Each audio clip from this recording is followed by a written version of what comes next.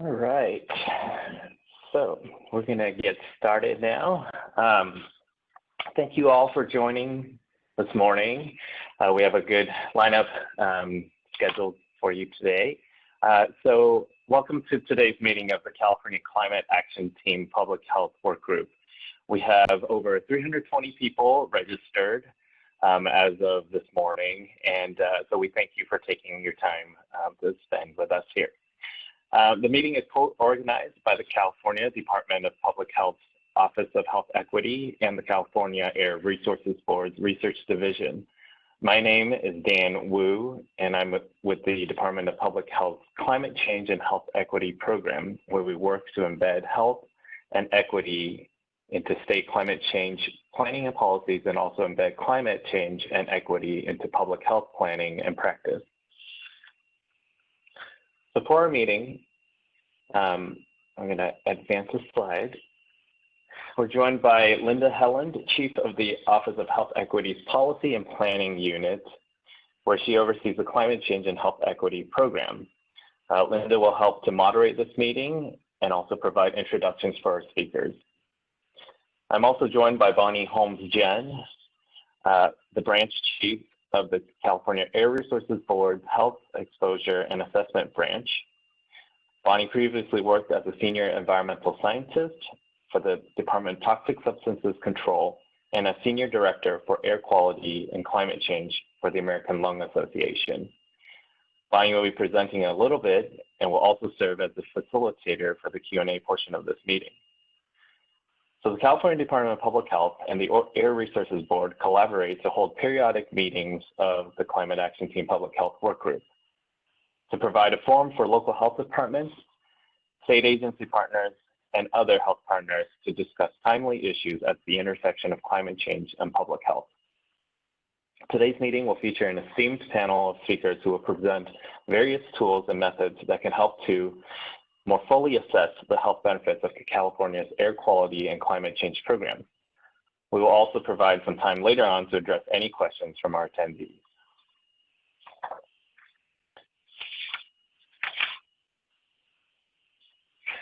First, a few housekeeping items.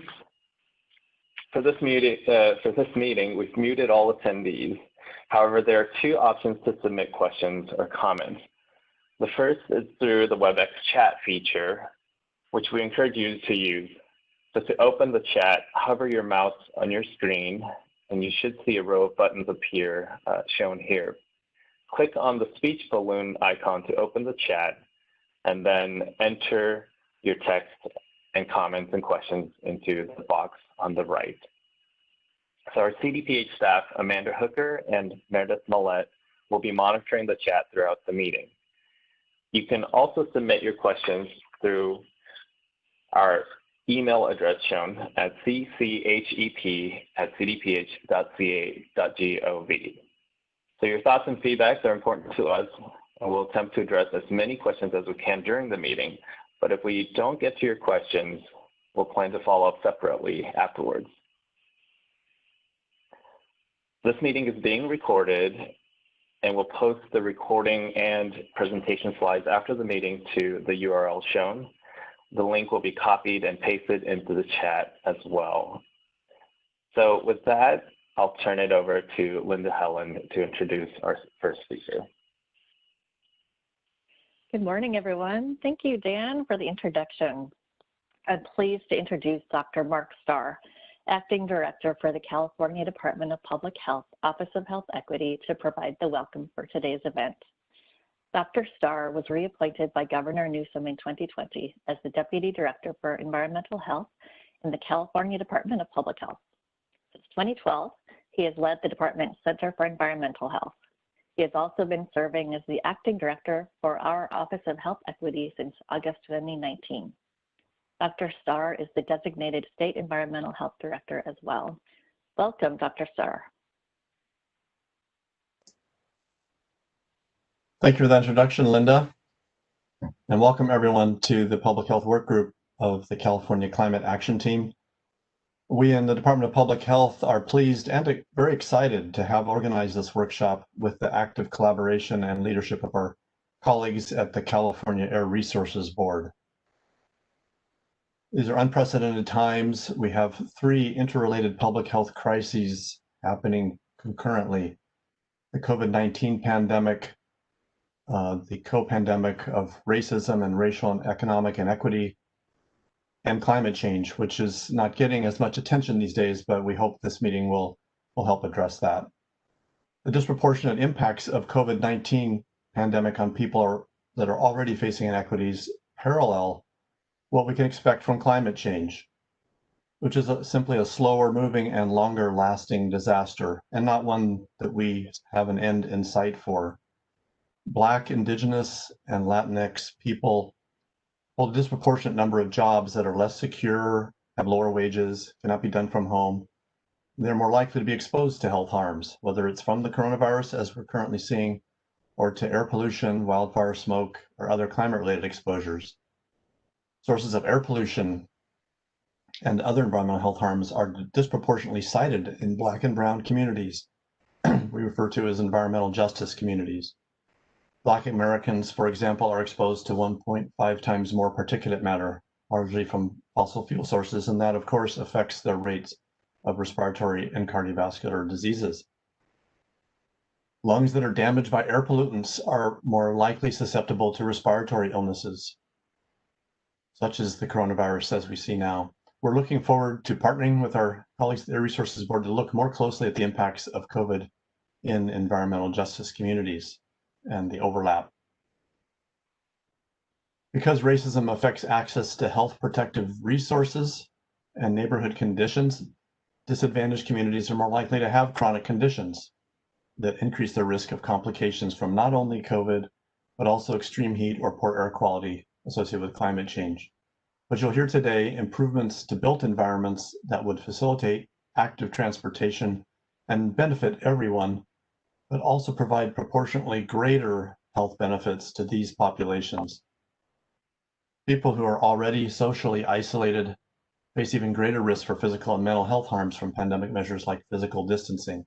They're also more vulnerable and less able to escape climate-related impacts such as wildfires and heat waves. Converting natural lands for development and destroying habitats increases greenhouse gas emissions, but also removes natural buffers and protections that increase risk for diseases and injuries and death. Climate impacts are not taking a pause. As we are seeing this week all around us, extreme heat and wildfire season are well underway. Responding and recovering requires many people in close proximity. How do we evacuate from fires while physically distancing? How to provide safe cooling centers if there's no power for air conditioners? To help address these types of questions, CDPH has developed a new webpage that compiles resources and guidance around COVID-19, climate change, and health equity. And you can access these resources by using the link shown at the bottom of the screen in front of you now. This page offers guidance such as how to reduce exposure to wildfire smoke during the pandemic, COVID-19 considerations for cleaner air shelters to protect the public from smoke, and guidance to reduce the risk of transmitting COVID-19 in cooling centers, and much more. There are also climate strategies that can benefit the COVID response, ranging from things addressing land use changes and reduced automobile dependence, local plant-based food production, distribution systems, urban community greening, and transitioning away from fossil fuels. As a field, we are just beginning to develop ways to value the health and economic benefits of climate change and health strategies. In today's meeting, we'll address some tools available to do so. And we really look forward to continuing our collaboration with the Air Resources Board and other agencies, with other entities in public health, and with community members and representatives to improve our capacity to measure and communicate the value of these strategies and to increase those that are most effective. Now, I believe we'll transition to Dr. John Balmes. And Linda, will you be introducing Dr. Balmes as well? I will. Thank you so much, Dr. Starr, for setting the context for today's conversation. Now I'd like to turn the floor over to Dr. John Balmes to provide some opening comments and to launch us into the discussion on assessing the health benefits of California's air quality and climate change programs. Dr. Balmes is a position member of the California Air Resources Board, where he was appointed in 2007 and reappointed in 2011. Dr. Baum serves as a professor of medicine at the University of California, San Francisco, where he is the chief of the Division of Occupational and Environmental Medicine at San Francisco General Hospital and director of the Human Exposure Laboratory of the Lung Biology Center. Welcome, Dr. Baum. Thank you, Linda. Can everybody hear me okay? Yes. This meeting is very both timely and important to me. And I will mention that Bonnie Holmgren, when she was still with the Lung Association, was always pressuring me and other members of the California Air Resources Board to get our agency, CARB, to collaborate more with the CDPH. And I'm really happy that there's been a continued collaboration over the last few years on climate, the climate action team and other matters. And so it's very important, I think, as a public health practitioner involved with air pollution and climate change, that our two agencies continue to work together as closely as possible. There's too much importance in what we need to do, both with regard to environmental justice and climate change, to have siloed work. So I'm really pleased that I'm able to participate in this joint meeting today. And I'm really pleased that we have 183 attendees so far. That also speaks to the importance of the work. So Dr. Starr already said most of the important opening comments that need to be said. But I'll just highlight that today, at least in the Bay Area where I am, the skies are smoky. There are multiple wildfires burning around the area, causing that smoke. And we're also in the midst of a heat wave, and actually almost unprecedented heat wave in terms of the duration in California. And this is the new normal. And the effects of all these things, the wildfire smoke, disproportionate exposure to non-wildfire air pollutants in environmental justice communities, the health impacts of racism in those communities, and the disproportionate burden of COVID-19 in those communities highlights the importance of redirecting our efforts, both with regard to air quality and public health, to focus on the communities that are most vulnerable and most impacted by these multiple stressors at one time. And I'm pleased that we are trying to refocus our research efforts with regard to air pollution on environmental justice communities. So I look forward to the rest of the day. We have some really excellent speakers on important topics.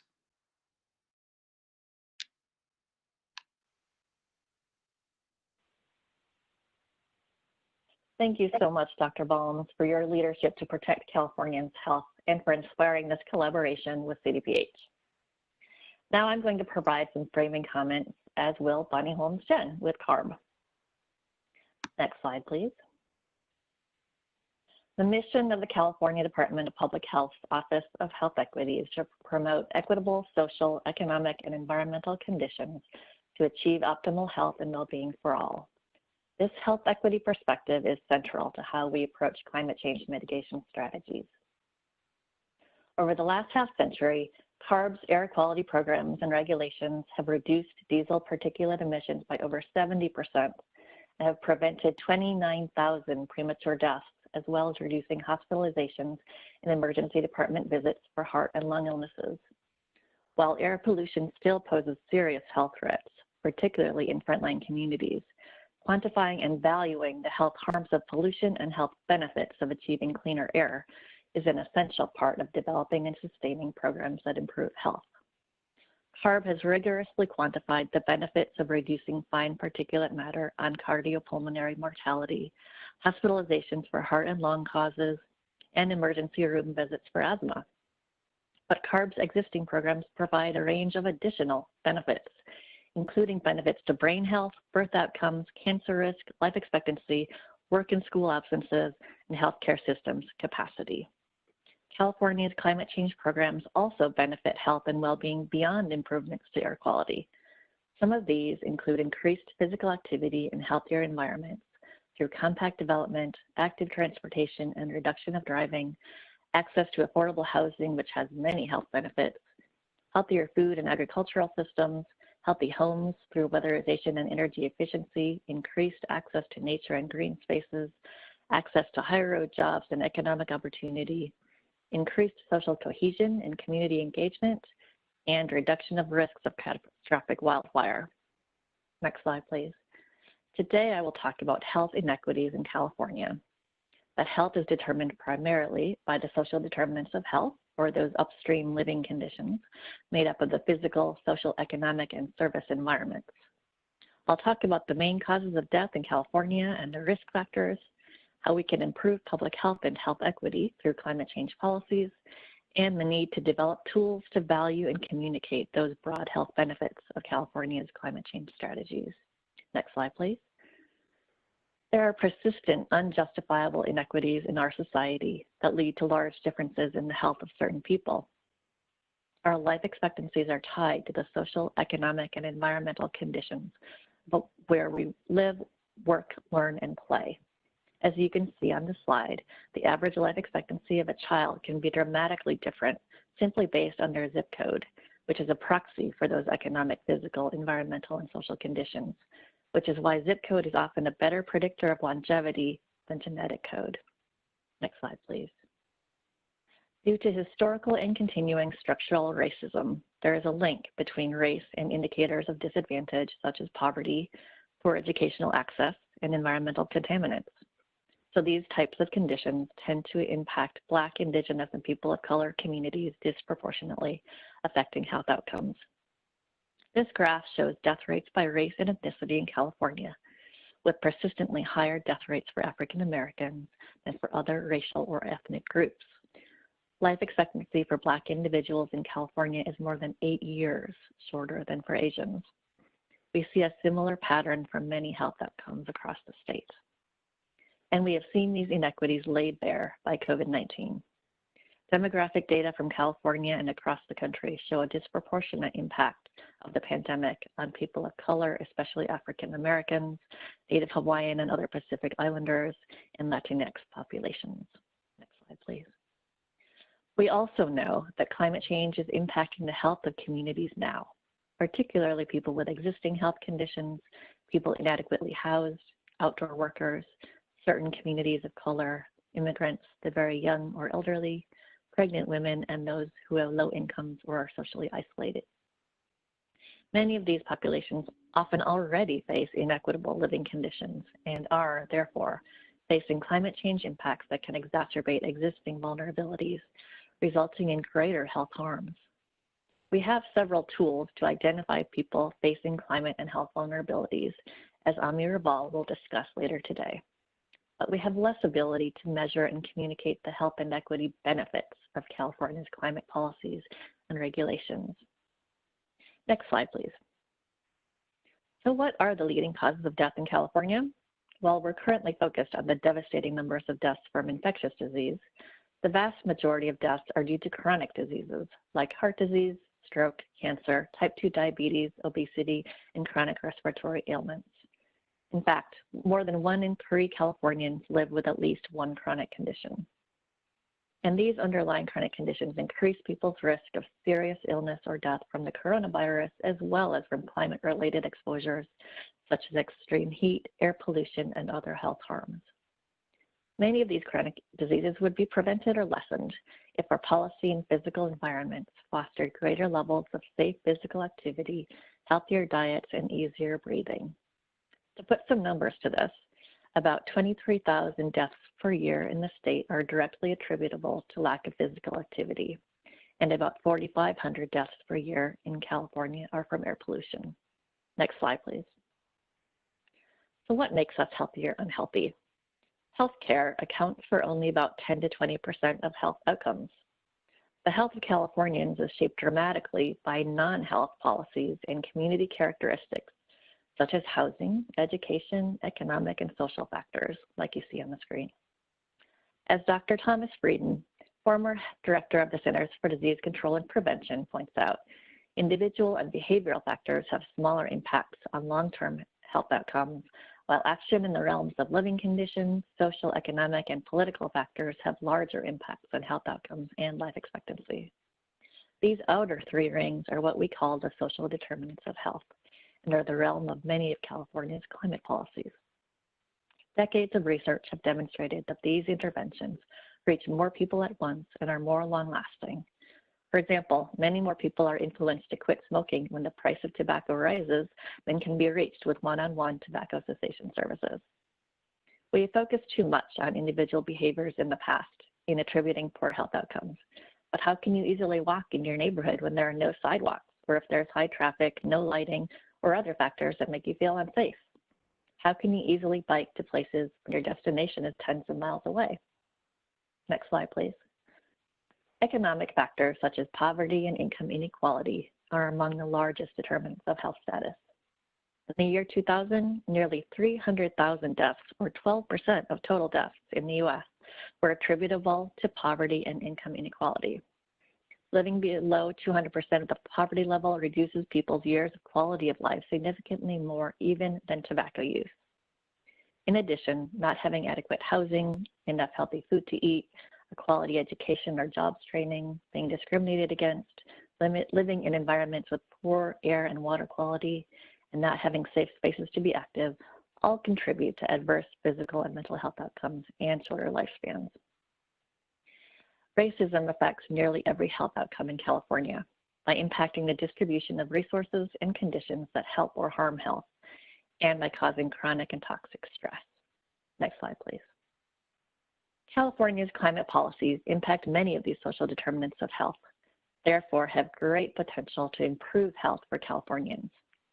We can assess the health impacts of climate policies and strategies and amplify the strategies that have multiple benefits while mitigating unintended health harms. We can prioritize those strategies that impact the upstream determinants of health. Some of the strategies presenting the greatest opportunities are circled on the screen, including policies to make economic prosperity more inclusive, create safe, stable living wage green jobs prioritized for economically disadvantaged communities, reduce driving through building safe, appealing facilities for walking, cycling, and transit, reduce pollution through regulations, incentives, and equipment changes, transit-oriented infill development that maintains affordability and does not locate polluting uses near people, create healthy local food systems, urban and community greening, and reduce building energy use through energy efficiency, weatherization, cool roofs, and water conservation, all while engaging people facing inequities in the decisions that affect them and prioritizing resources for those with the greatest need. These policies and actions combine to improve health, equity, and quality of life, yet we have not developed adequate tools to quantify and communicate the value of these benefits to the public. Also, some benefits do not lend themselves to quantification. The CARB board directed that CARB work with CDPH and other agencies to develop an approach to better integrate health analysis broadly into the design and implementation of the state's climate change programs with the goal of maximizing health benefits. This meeting implements that directive, introduces some possible tools to broaden health analysis for air quality and climate strategies, and seeks to engage the public. Thank you. Now I'd like to turn it over to Bonnie Holmes-Jen from CARB. Take it away, Bonnie. Hello, good morning, everybody. I'm so happy to be here. I'm assuming you can hear me, or else I'll get a bunch of messages that you can't. Again, I'm Bonnie Holmes-Jen, and I'm the branch chief in Health and Exposure Branch. I want to thank John Balms and Mark Starr and Linda Helen for their excellent opening comments and setting the context for this discussion and overview of the health drivers. And I especially do want to thank John for his ongoing support of the collaboration between ARB and CDPH, because this is so important. I'm going to give a perspective from ARB on expanding health analysis. And in addition to the resolution that Linda mentioned, the CARB board, whoops, I'm sorry, are we moving to my slides, Dan? I'm not sure if I see my slide up. Okay, there, we're getting there. Okay, all right, thank you. Hi, Bonnie. Okay. And actually, I wanted to ask too, also, if it would be all right for John to make a few more additional comments before you dive into the details. I would love to have John make more comments. And I'm sorry, I thought I'm happy to have John jump in. Please. Yeah, no. And I can everybody hear me okay? Yeah. After my welcoming comments, I thought there was going to be a transition before I gave my expanded health analysis comments. And I definitely would like to give it before Bonnie, because she will amplify and go into detail. So first off, I think CARB, which has a long history of funding health research related to air pollution and now climate change, needs to move into the 20th century with regard to health outcomes research.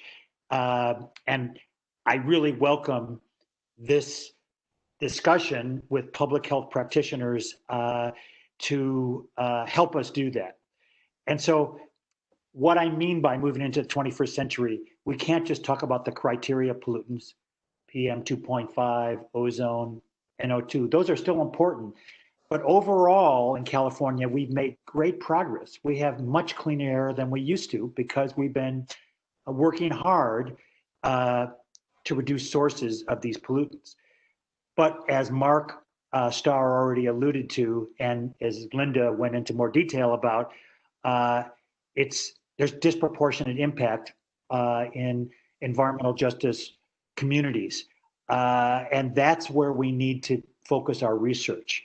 And that means that we have to be concerned about toxic air contaminants, not just the criteria pollutants. What do I mean by toxic air contaminants? Those are the toxicants that are on the Prop 65 list that often cause reproductive and carcinogenic effects, things like formaldehyde, benzene, and diesel exhaust is a toxic air contaminant.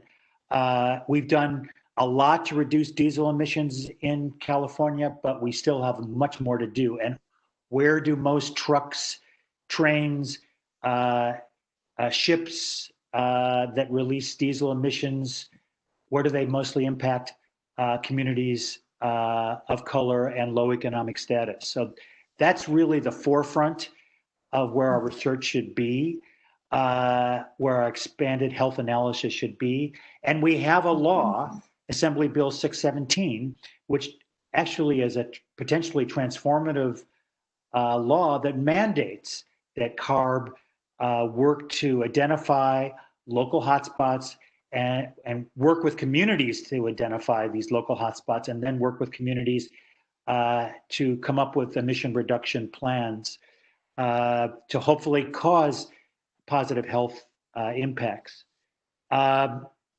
And with regard to the 13 AB 617 communities, they're only a subset of the communities that need help with regard to the disproportionate burden of air pollutants.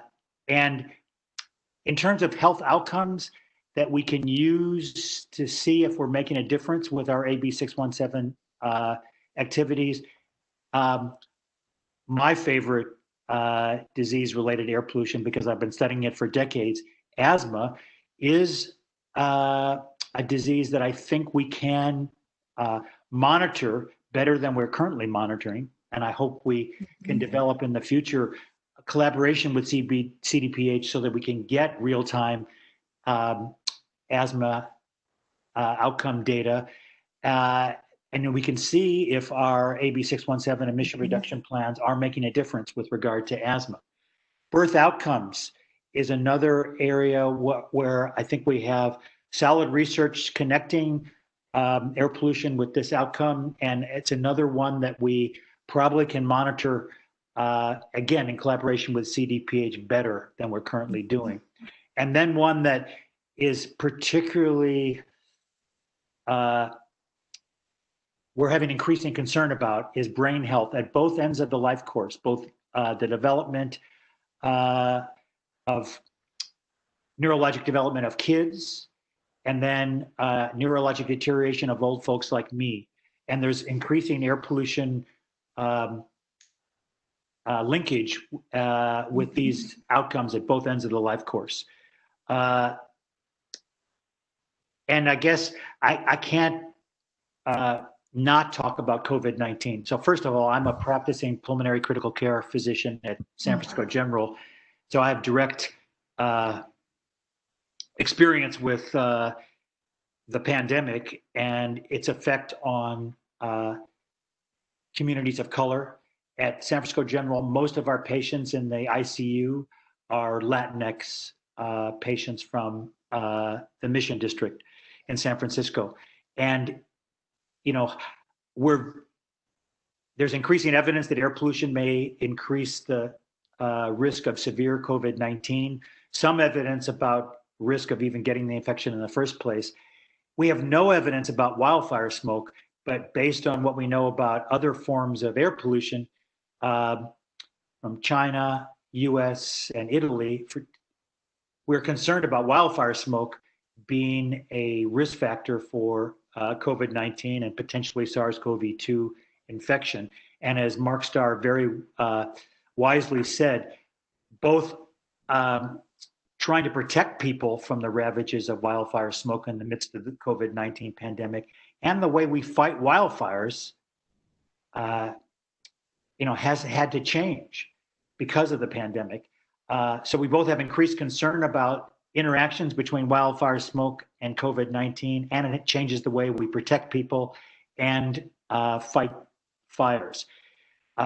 So wildfire smoke health effects is another area where we need much more research. We actually don't really know much about community exposures to wildfire smoke, especially if they're recurrent, you know, multiple big fire after multiple big fire. We know more about wildland firefighters, but even there we need, you know, more research. So I will stop there and let Bonnie talk, but it's very important that we continue to work together and focus our efforts to protect the most vulnerable communities in California. Thank you. Thank you, John. And these slides are really just an expansion on your comments, really expanding on and presenting a little more of the thinking and the research that we're developing for expanded health analysis. And I did want to make sure everybody knows that the board did adopt another resolution that's very pertinent to this in April, stating the intent to develop new approaches and new indicators to provide a more well-rounded and complete picture of health benefits from our air quality and climate programs. Next slide. So California has made tremendous progress. I know we're all aware there's still challenges ahead, but we have made tremendous progress in reducing pollution and improving health over the last 50 years. We can count a dramatic reduction, a 50% reduction in fine particle concentrations over the last 50 years, and an 80% reduction in diesel-related mortality. And these are certainly strong examples of success, and we've been able to calculate health benefits of these achievements in reduced illnesses and death. But now we're exploring approaches to build on our existing quantification methods and also look at non-quantitative methods and develop expanding approaches that can provide a more full and complete picture of the health benefits of our rules and regulations and programs. Next slide. For the past 10 years, since the development of the diesel truck and bus regulation in 2010, CARB has focused our health analysis on calculating air pollution related cases for 3 health outcomes linked to one specific pollutant, PM2.5. And the key outcomes include mortality from heart and lung causes, hospitalizations, and emergency room visits. And we've used a methodology that translates the pollution concentrations and exposures to PM 2.5 together with an estimate of effects into calculating the numbers of cases of reduced illness and death, number of reduced cases of illness and death. And then we've used these numbers of cases to calculate costs saved from reducing air pollution impacts. And we have used these calculations across our rules, regulations, and plans, and some of those are pictured on the slide. You can go to the next slide. While those outcomes are extremely important, as John just alluded to, as Don just covered, we're missing a long list of additional benefits from reducing air pollution exposures. There is a growing body of research providing new linkages between air pollution exposure and a number of additional health outcomes. Just to touch on a couple listed in this slide, air quality has been linked, as John mentioned, to brain wellness and conditions with brain function decline like dementia and Alzheimer's, as well as delayed cognitive development in children. Another important outcome is the burden that air pollution exposure puts not only on individuals, but on the entire healthcare system. Other benefits that we could include from reducing air pollution, additional respiratory benefits, benefits from reduced asthma exacerbations and medication use, reduced cases of low birth weight babies, and the opportunity for people to live longer lives. Next slide. I like to show this graphic as an overview of CARB's process of looking at updating and expanding health approaches to provide a more well-rounded and complete analysis of health benefits going forward. We're looking at a number of important areas of potential improvement indicated by the different colored circles on this slide. These different areas include adding more pollutants, as in the yellow circle, looking at more health outcomes. You can look at the blue circles for some of those we've mentioned, looking in a closer way at impacts in vulnerable and disadvantaged communities, indicated by the green circles, and looking at additional indicators of improved health that go beyond our traditional air pollution benefits in the pink circles. Next slide, thanks. So the next few slides show some advantages of expanded approaches to health analysis. For example, we can capture more pollutants and calculate additional benefits. As mentioned earlier, our current analysis has focused mainly on directly emitted PM 2.5, but other pollutants can be included, such as ozone and pollutants contributing to secondary PM 2.5 formation. And of course, air toxics. Beyond the calculation of mainly PM 2.5 benefits, then our analysis can capture more of the pollutants and associated benefits in the lower three tiers of the pyramid on this slide. For example, lost work and school days, additional respiratory symptoms, and asthma outcomes. Next slide. Incorporating additional health outcomes into CARB's analysis is an important next step that can help reflect more real-world benefits. CARB has research underway on several health outcomes that can be incorporated into our health analysis, including asthma exacerbations using GPS inhalers, work loss days linked to PM 2.5 and wildfire smoke exposure, and birth outcomes recorded near busy roadways. In addition, the EPA Integrated Science Assessment has found a likely causal link between air pollution and brain function decline based on multiple studies. Additional research could be initiated by CARB to estimate the economic value of avoided cancer risk. These are some areas that we're looking at. Next slide. As we work to reduce the impacts of climate change and protect all communities from the many climate impacts pictured here, we can focus more attention on equity.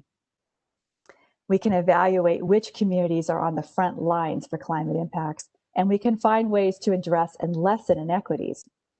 As we know, extreme heat worsens pollution, undercuts efforts to meet our air quality standards, and research has called this a climate penalty.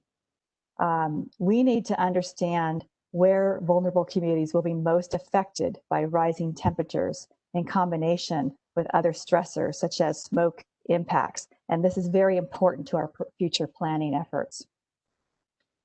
I wanted to underscore, again, CARB's strong commitment to improve health in disadvantaged communities. And you can go to the next slide. In order to assess the benefits of our rules and programs in disadvantaged communities, there's a lot more we can do. We can update the information we have on exposures and pollution sources in disadvantaged communities so we can calculate more accurate estimates of pollution reduction benefits. And we'll hear about one tool to do this today. And we can study the sources of highest impact compared to other areas of the state so that we can target reductions to those key sources. We also need to consider the higher susceptibility of some groups to pollution effects. Next slide. There's also several new and emerging tools available to measure health benefits. And again, we'll hear some presentations today, for example, on the CAL-IFM, or Healthy Mobility Options tool. But we have another tool under development at ARB, and that's a natural and working lands tool. And CARB has contracted with UCLA to review research on the link between green spaces and mental health and other health benefits. And the goal of this research is to develop a tool that will help us to calculate the benefits of our policies to promote and protect natural working lands and better recognize the benefits of living in and near green spaces. This is a 2-year contract that began last spring. Next slide. So before I close, as John and others mentioned, we're living through a COVID-19 health crisis today, and we're all impacted by this pandemic. And this really provides a case in point of the need for expanded health assessment, as air pollution is creating multiple threats to lung health and increasing vulnerability to lung infections and illness, including COVID-19. This connection highlights another benefit from our strong air pollution controls and reminds us how important it is to keep pushing forward on clean air progress as quickly as possible. So I'm going to close and hand it back to Linda to introduce our next speakers, unless I missed something in the chat. And I'm closing again with our overview slide. We look forward to the presentations and discussion today as part of the process of evaluating the key health outcomes, expanded health outcomes, and developing new approaches to provide a more complete evaluation of health benefits. And we at CARB, we welcome the input and ideas from all of our partners in the public health community. And yes, you can go to my thank you slide. Thank you so much. Thank you so much, Bonnie. That was great. Thank you for organizing this session with us today and for setting the stage for our speakers. Our first speaker is Joshua Apte, who will discuss quantifying sources of a disparity in air pollutant exposure in California. Joshua is an assistant professor jointly appointed in the Department of Civil and Environmental Engineering and the School of Public Health at the University of California, Berkeley. He holds MS and PhD degrees in energy and resources from UC Berkeley. He was previously an assistant professor in the Department of Civil, Architectural, and Environmental Engineering at the University of Texas at Austin. Welcome, Joshua. Thanks so much. I think Dan is queuing up my slides right now. Great. So thanks to all the speakers who kicked off this great session today. I'm going to be talking about a tool that I developed under a contract from CARB, and work is still ongoing with this, although we finished our recent contract with CARB. And this is really the work of my doctoral student, Sarah Chambliss, and my colleagues as well as myself. So I need to give them credit for what I'm showing you today. Next slide, please.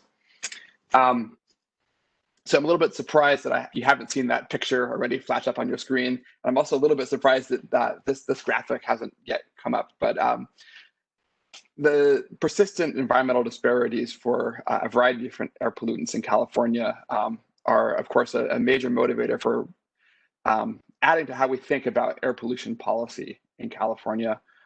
We've made tremendous strides in California over the past decades in improving air pollution in terms of PM 2.5 and many of the other air pollutants that John and others have mentioned that really matter.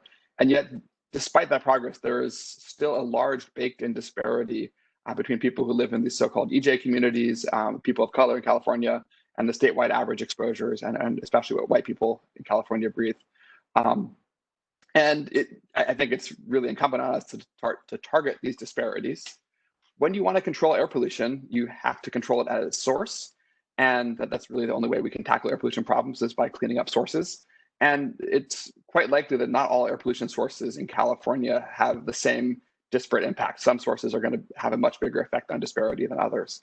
And so what the work that we've finished for CARB is really trying to get at is understand which air pollution sources we might target if you wanted to have a really big lever at reducing disparities.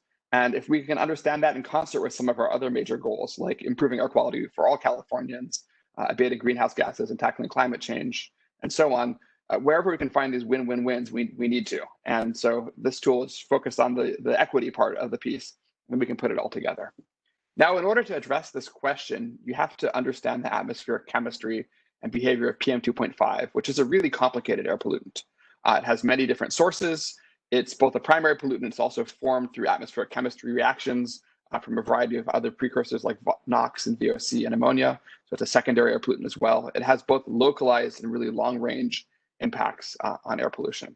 And so if you want a systemic perspective on environmental inequity in California, you need a model to piece it all together. And I want to preface my talk by actually saying that a systemic perspective is one really important perspective to have on this problem, but it's also really important to have a community-oriented perspective, which is not what this tool is aimed to address, but every community is unique, and I'm trying to generalize a little bit, which is a challenging thing to do. So I'm trying to give you the overview perspective today. Next slide, please. So I don't want to dive into the technical details, but we use a relatively new air quality model called INMAP, the intervention model for air pollution, that's designed to link air pollution emissions to what people breathe across the state and understand what types of sources matter. And just as a point of clarification, you're going to be hearing in a moment about the BenMAP model, which is a different tool than INMAP, even though the names sound kind of similar. Next slide, please. And so rather than dive into the details, I want to get at one essential point of what our model is designed to do, which is divide up the state into a set of small grid cells, a kilometer by a kilometer in size, and link all the major emission sources in every grid cell in California to people who live in every other grid cell within the state. So it allows us to look at the relationships between the air we breathe and where it came from, and the sources that pollute and who gets impacted. And doing this in a way that overlays demographic information so that we can look at exposure disparities by race and ethnicity and a variety of other things that we might care about. Next slide, please. So one really critical thing to frame this conversation is that not all emission sources are created equally. And that's a point I really want you to take away from my talk. Different emission sources have a very disparate impact. So I'm showing you here a crude cartoon of some of the major sources of emissions for the different pollutants that create PM 2.5 in California, the different types of sources, and the different precursor pollutants. And what I want you to take away really is how this slide looks different from the next slide, which I'd like you to now see, which is a slide that shows what sources impact the PM 2.5 concentrations that we breathe. And without getting into the details, I want you to notice that the sources that emit a lot are not necessarily the sources that necessarily drive our exposures, because where those sources are really matter and how close they are to people, and also how effectively they form the PM 2.5 that we breathe. And so without getting into a lot of detail, you can see that there are some sectors here that are really big contributors to the PM 2.5 that we breathe, even if they're not always the major emitters. So industrial sources, on-road mobile sources, off-road mobile sources, and agriculture sometimes are all major sources of PM 2.5 that Californians actually breathe. And that means that they're also going to affect the disparities. Next slide, please. So we've talked about these environmental justice communities in California. About a quarter of the California population lives in these so-called disadvantaged or EJ communities that not only experience disproportionately high levels of air pollution, but also have a variety of other demographic and social determinants of health that place them at high levels of vulnerability for the health effects of air pollution. Next slide. And so what we are trying to do with our modeling tool is understand how different types of emission sources, which are the colors here, lead to different average exposures for people in different demographic groups. And so there are a few things I want you to take away from this figure. The first thing I want you to focus on is this bottom bar in the figure, the people who live in disadvantaged communities in California. And I want you to compare that bottom bar with that solid gray line that goes up and down, which is the statewide average exposure to PM 2.5. On average, people in California who live in disadvantaged communities, these EJ communities, experience about 45% higher PM 2.5 concentrations than the statewide average. That's a really big difference. There are also large disparities by race and ethnicity. So Black and brown people in general breathe air that is systematically more polluted than white people in California. And those racial and ethnic differences in air pollution exposure are actually way bigger than the disparities by income. So rich people breathe air that is on average a little bit cleaner than poor people, but those differences by income are much smaller than the disparities by race, which is not what many people might expect coming into this problem. And one thing you might take away from this figure is that almost all the major source categories for air pollution contribute to disparity. I'm going to touch more on that point in a moment. Next slide, please. So I want to give you two ways to think about disparity. They're not the only ways, but I think that they're helpful framing tools. One is to think about air pollution sources that have a large relative disparity. In other words, they may not be big sources, but they really disparately affect some people and some groups of people. And so we should care about sources that have a strongly disparate impact in terms of the relative impact. We also care about absolute scale. So some big sources of air pollution in California may not have high relative disparity, but they're really big sources of emission and the air that we breathe and the pollution that we breathe. And so they have large absolute disparity in concentration just because they're very large and important sources. And we probably need to think about sources that are highly disparate, both in terms of their relative and in terms of their absolute impact in order to address this problem. Next slide, please. So I here have a rather complicated figure that this is in an ARB report that I'd be happy to direct you to offline if you want to study at length, but it tries to summarize both the absolute and relative disparity in one figure. And so the way you read this figure is that the vertical bars here show us all the different sectors within our economy that contribute to air pollution exposure on a statewide average. So the height of those bars tells us how much of the air pollution that we're breathing comes from these different sources. And so you can see some rather large sources here, like gasoline passenger vehicles, diesel heavy-duty vehicles, fuel combustion in industries, and so on. These are things that contribute to a lot of the air pollution exposure and the disparity between different groups. And then what I'm showing you here for the Black population relative to the statewide average on the horizontal axis, and this is how these bars are ranked, is which sources are the most disparate in terms of their relative impact. And so what you can see is that there are a few emission sectors that have a really disparate impact on the Black population in a relative sense. So examples would be things like aviation and petroleum refining. These are not the biggest sources of air pollution in California writ large, but they have a strongly disparate impact on the Black community because of where these sources happen to be. And so thinking about those sources, if you wanted to address that kind of disparity, is important. Next slide, please. And so we can do this for all the major different racial and ethnic groups in California or for EJ communities as a whole. And one of the key things to take away, something that really surprised me when we first started looking at this, is that nearly all the major emission source categories in California actually have a disparate impact on Black and brown communities in California. So at some level, this is really systemic and baked into the emissions in our state in terms of the disparate impact of many of the major emission sources in California. But some sources are really much more unequal than others. And so we might try to target those first if we can. Next slide, please. So I want to close my talk with one last figure that's a little bit complicated to understand, but I want to walk you through it for 1 or 2 minutes because it arrives at a rather surprising point that might frame how we think about addressing some of these disparities. So let's look at the left plot first. What this figure shows is the relative disparity from each unit of air pollution emissions of primary PM 2.5 in California, ranked from the least disparate impact to the most disparate impact on people who live in EJ communities. So not all emissions are necessarily going to have a disparate impact on EJ communities, even if the average effect is disparate. Just because of the quirks of location, sometimes emissions take place in communities that are really far from any EJ community. And so those are typically going to cause more exposure in people who don't live in these disadvantaged communities. So those are the orange emissions on this left plot. There are also a lot of emissions that are really far from anybody, and they don't tend to have much disparity impact at all because they don't really affect people. That's that kind of thin, flat bit of the plot. And then you see that large red bar on the right of this plot. And those are the emissions that have a strongly disparate impact on EJ communities. So the net disparity is kind of the area of the orange triangle plus the area of the red triangle put together on this left plot. And so you can see that the red is bigger than the orange. That's why the net effect is disparity. Well, if you think like me and you think in terms of math and integrals, you can integrate this left curve, and the integral of this left curve is the right plot. So basically, you're adding up all the area of the curve. You're looking at which emissions are, as you add every little bit of emission to California, which emissions have the biggest effect at disparity. And one of the surprising things that you get when you do this little mathematical exercise is that about 5% of all the emissions in the state actually account, if we could target those in particular, would remove the full net disparity in environmental justice for primary PM in California. And that's a really striking figure because it suggests that a small percentage of the emissions are responsible for a very large percentage of the disparity in California.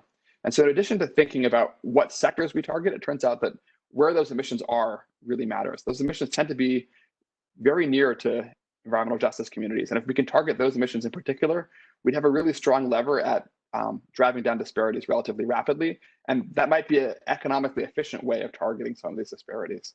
So when we think about the statewide problem, we also can think about it on a community by community basis. Next slide, please. So I want to summarize with just a few points.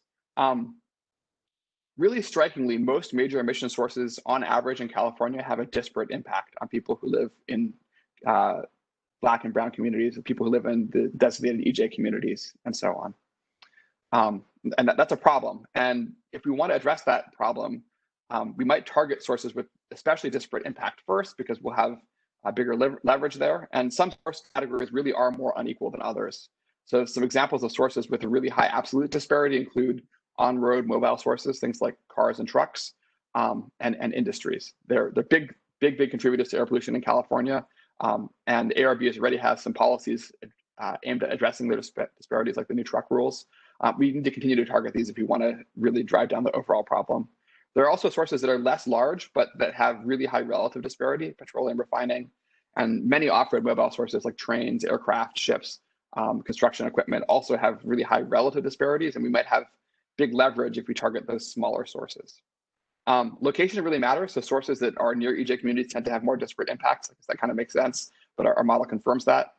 And decision support tools like the ones that my group is developing, I think can be quite helpful in identifying control strategies that allow us to tackle many of these problems at once. The really important problem with equity, but also health and climate. So that's all from me. I'd be happy to pass it on to the next speaker. Thank you so much, Joshua, for describing specifically how Black and brown communities face dramatically worse air pollution. It's quite shocking that people in disadvantaged communities experience 45% higher PM2.5 concentrations, but that eliminating just 5% of emissions would eliminate racial disparities in exposure. So thank you. Our next set of guests are Ken Davidson and Neil Fan, who will discuss estimating the benefits to health of improving air quality using the BenMAP-CE tool. Ken Davidson currently holds a joint appointment with the U.S. Environmental Protection Agency's Region 9 Air and Radiation Division and the Assessment and Standards Division within US EPA's Office of Transportation and Air Quality. For over 20 years, Ken has applied his skills as a health and environmental benefits expert to support mobile source regulations that improve public health. He is joined by Neil Fan, a senior policy analyst at the US EPA who has 15 years of experience in monetizing the health benefits of improved air quality. Neil uses evidence from air pollution epidemiology and the economics literature to estimate the economic value of EPA air quality regulations. Ken will be delivering this presentation, but both he and Neil will be available to answer questions afterwards. Take it away, Ken. Great, thank you, Linda. I assume everyone can hear me. All right. Well, what an honor to be included today on this workshop with the illustrious panel. As our introduction indicated, Neil and I work for the Environmental Protection Agency, so we're bringing a slightly different perspective to benefits analysis to this discussion.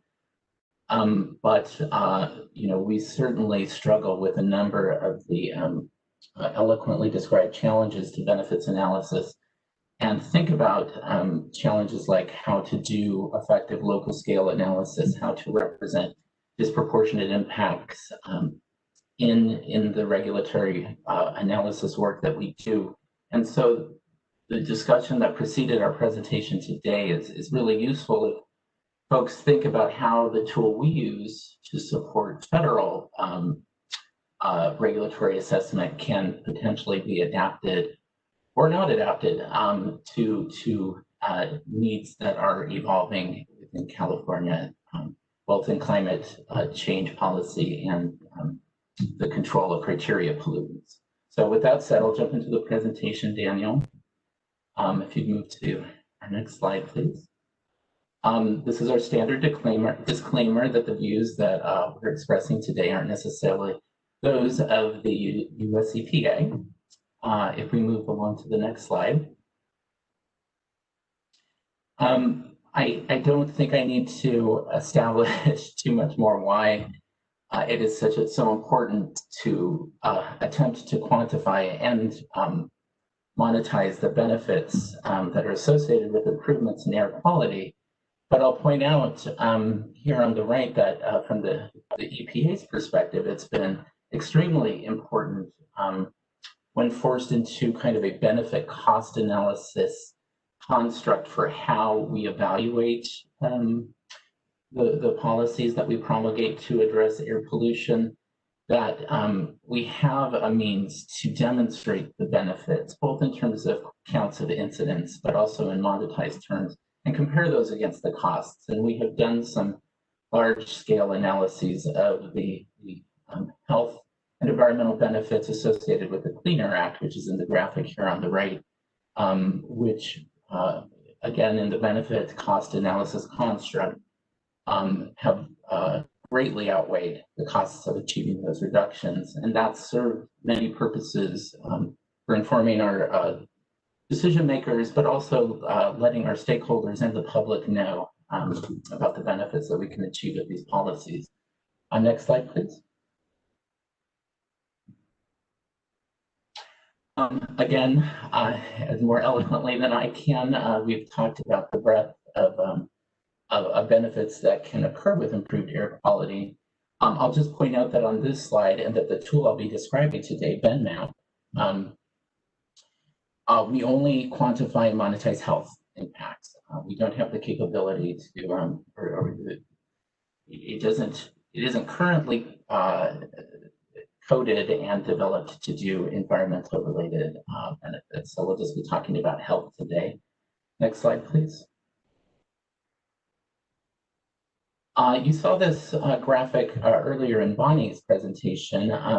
It's just a way to organize health impacts in terms of how they relate to each other in terms of severity, frequency, and the proportion of the population to which they're exposed. So again, often where I'm thinking in a benefit cost analysis framework, the severity of effects like premature death, which are at the tip of this pyramid, drive the monetized benefits of the analysis that we do, and that may affect a smaller portion of the population and occur less frequently, but an important landscape of the health impacts that we do attempt to assess are these other, perhaps more frequent, less severe health impacts that are lower on this pyramid, but affect a larger portion of the population, and in fact can in disproportionate ways. So next slide, please. So we were invited to talk about the tool that we use to do our benefits analysis at EPA. And that tool is called BenMAP, which is indeed different than INMAP that Josh spoke through. But BenMAP, our acronym stands for the Environmental Benefits Mapping and Analysis Program. And the current version we have is the Community Edition. So this is an open source, PC-based and graphic user interface driven software program that we've developed to estimate the number and economic value of adverse health outcomes of primarily criteria pollutants. So hopefully you'll see some of the flexibility in the tool that would allow users to bring in other information beyond what which we provide as a standard part of the package.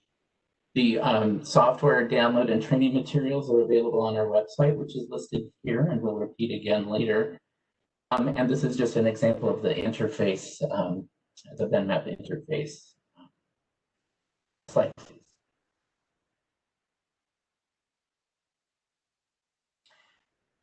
The basis for how we approach our benefits analysis and how we've built BenMAP to support such analysis is around this concept of a health impact.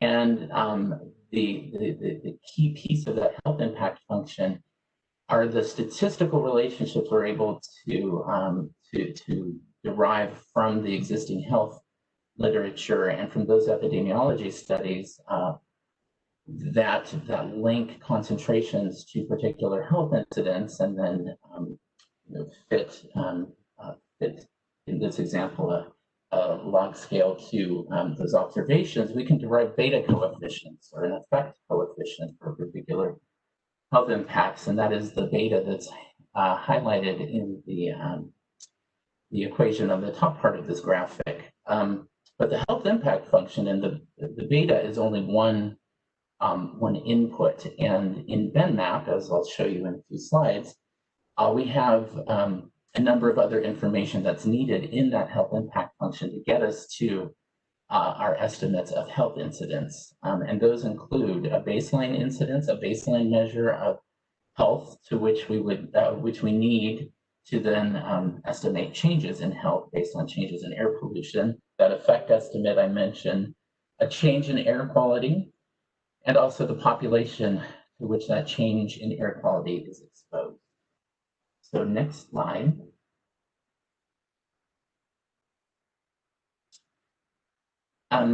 There is animation to this slide, so Daniel, I might have to put you to work unless we didn't capture that in the version we're using. But before I have you advance the slides, this is a graphic that takes that health impact function and breaks it down into the different steps that we use.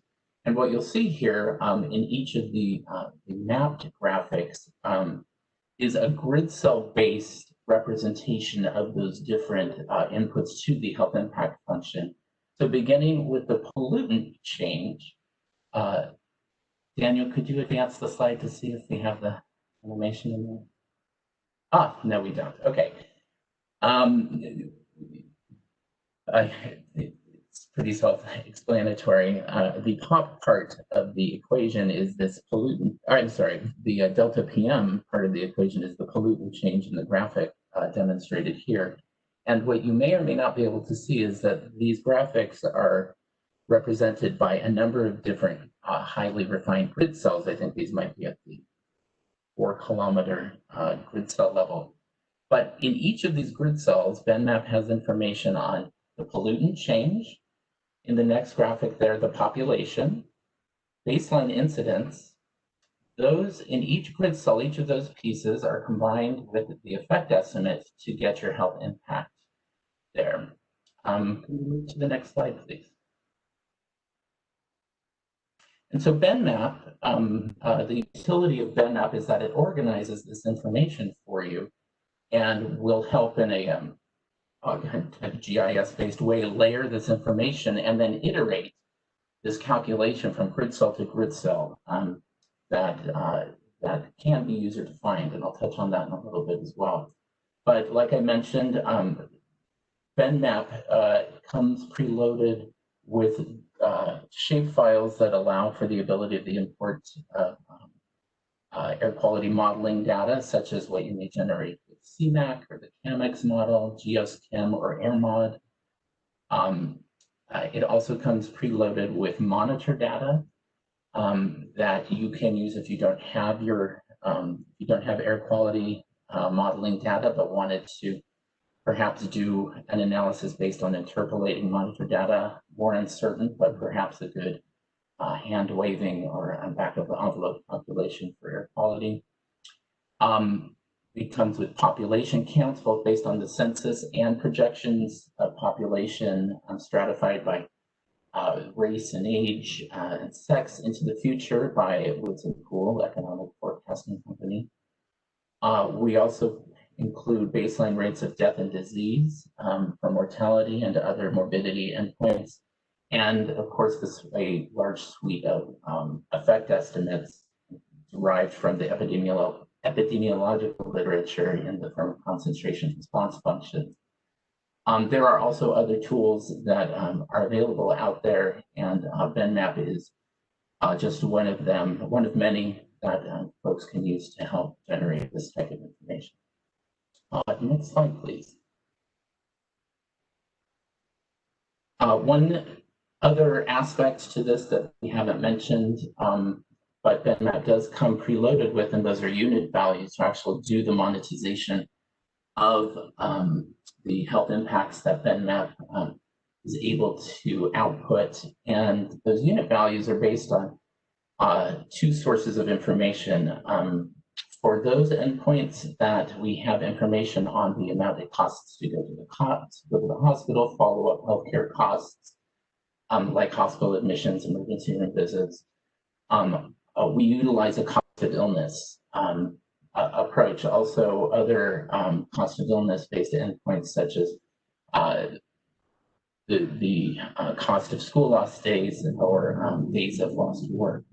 We also have unit values for health endpoints based on willingness to pay, which is slightly different than, or actually very different than the cost of illness approach to valuing health. And that is through economic instruments like stated preference, revealed preference survey mechanisms. We're looking at wage risk studies for the value of statistical life.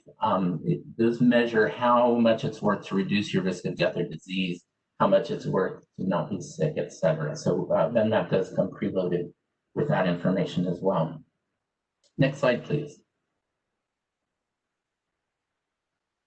So here's back to the interface. Again, prior to the pandemic, we do provide occasional trainings for BenMAP, and we hope to resume those at some point in the future or migrate our training to a online or webinar format. But for today, I just wanted to give a brief introduction to what the interface looks like. And if we go to the next slide,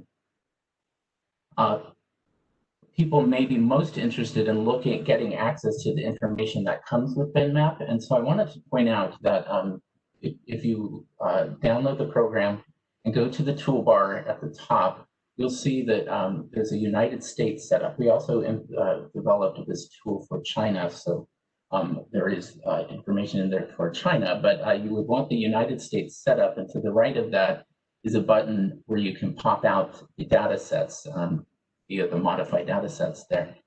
And this is a quick way to look at the information that comes preloaded. It has shape files that are typical for EPA. These surfaces that we use, these are national surfaces at a 12-kilometer grid cell level. We have county, national, and state shape files as well. And the pollutants are typical of benefits analyses at the federal level or for criteria pollutants, PM and ozone. And then the rest of the information that I was talking about that informs our health impact function is in there. However, BenMAP was also designed to be flexible in terms of what information a user can bring in on their own, and you can import shape files at different levels of spatial granularity. You can bring in your own health impact or your own concentration response functions. So, for example, there's a whole suite of California-specific studies out there that can be brought in. Your own baseline health incidence at whatever spatial scale you're able to bring it in at. So that is one of the benefits of BenMAP is its flexibility. And so even though this information is preloaded and is geared towards a national level analysis, we've worked with other state and regional partners as they've modified BenMAP to suit their needs. Next slide, please. And then just for an orientation, we utilize a stoplight metaphor just to help organize kind of the analysis architecture of a benefits analysis, the health impact function framework. And this is just a simple graphic to show that and we've broken it into 3 parts. You need to load your air quality information. You need to link that to your population and the health impact functions that you choose. And then you have some user specified ability to combine studies, to aggregate to different levels of geography, and how you choose to value those endpoints. So that's just a quick orientation to how we organize the analysis within BenMAP. Next slide, please. And then this, again, this is what we work towards. This is just an example table for a national level analysis. In this case, an example of a policy to reduce emissions from power plants, again, PM and ozone related. And we can output incidents with uncertainty associated with the point estimates derived from those studies, and also the monetized value of those benefits. Next slide, please. So thank you very much again for the invitation. I've listed both mine and Neil's information on this slide and encourage you to go to the BenMAP website to learn more. We have a listserv that we maintain. We have occasional webinars and more training materials in our manual. And I'll end with just one note, and that's we do continue to work to develop BenMAP. It can have a steep learning curve for those who haven't used it before, so we are working to migrate a version to the cloud for an online version of the tool. We also continue to think about how to incorporate finer scale analysis, near road and near source analysis at levels of appropriate levels of spatial scale for the information that we have, as well as the development of functions to look at temperature and the relationship to health impacts there. So I will end my time there, but thank you again for having us. Thank you so much, Ken, for giving us a look under the hood at BenMAP, which is such a useful tool. Our next presenter is Dr. Neil Maislish on the Integrated Transport and Health Impact Model, or ITHM, Health Benefits of Carbon Mitigation in Transportation.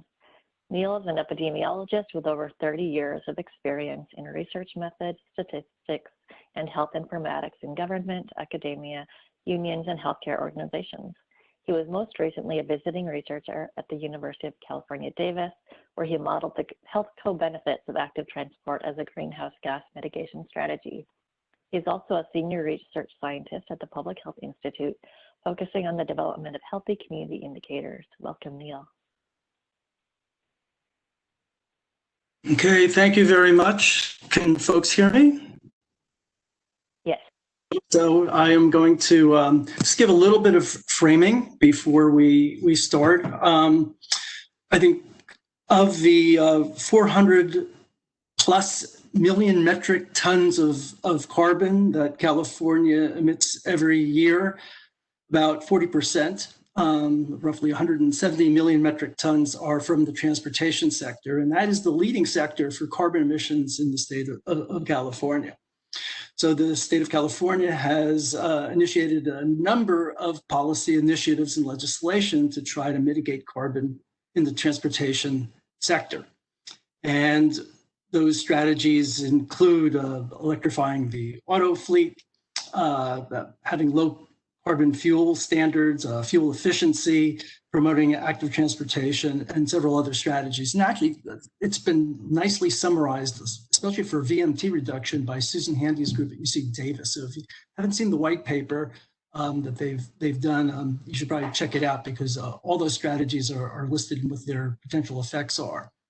So, question from a public health standpoint, if the state is advocating a series of strategies for carbon mitigation, what are the health benefits or potential harms of the different strategies? which yield the most benefits or potential harms, and how do you even begin to quantify that?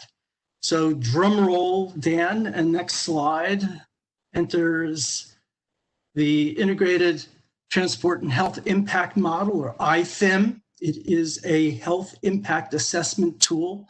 So for folks who are familiar with the health and all policies approach to improving population health, this is a tool to quantify three of the most important ways the transportation system impacts our health.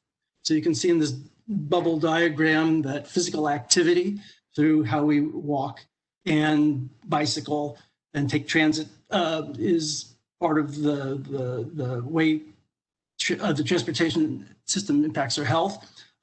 Emissions and from vehicles pollute the air, and that is part of what contributes to health status, and also traffic injuries.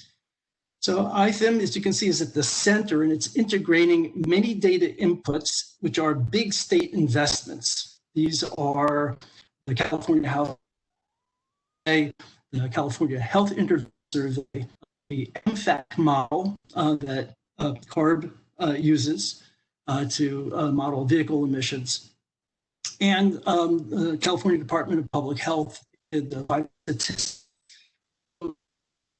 process goes on. It looks at the distribution of physical activity in the population. It looks at air pollution distribution in the population and traffic injuries, mostly how VMT influences traffic injuries. And it looks at the distribution in the population at a baseline period.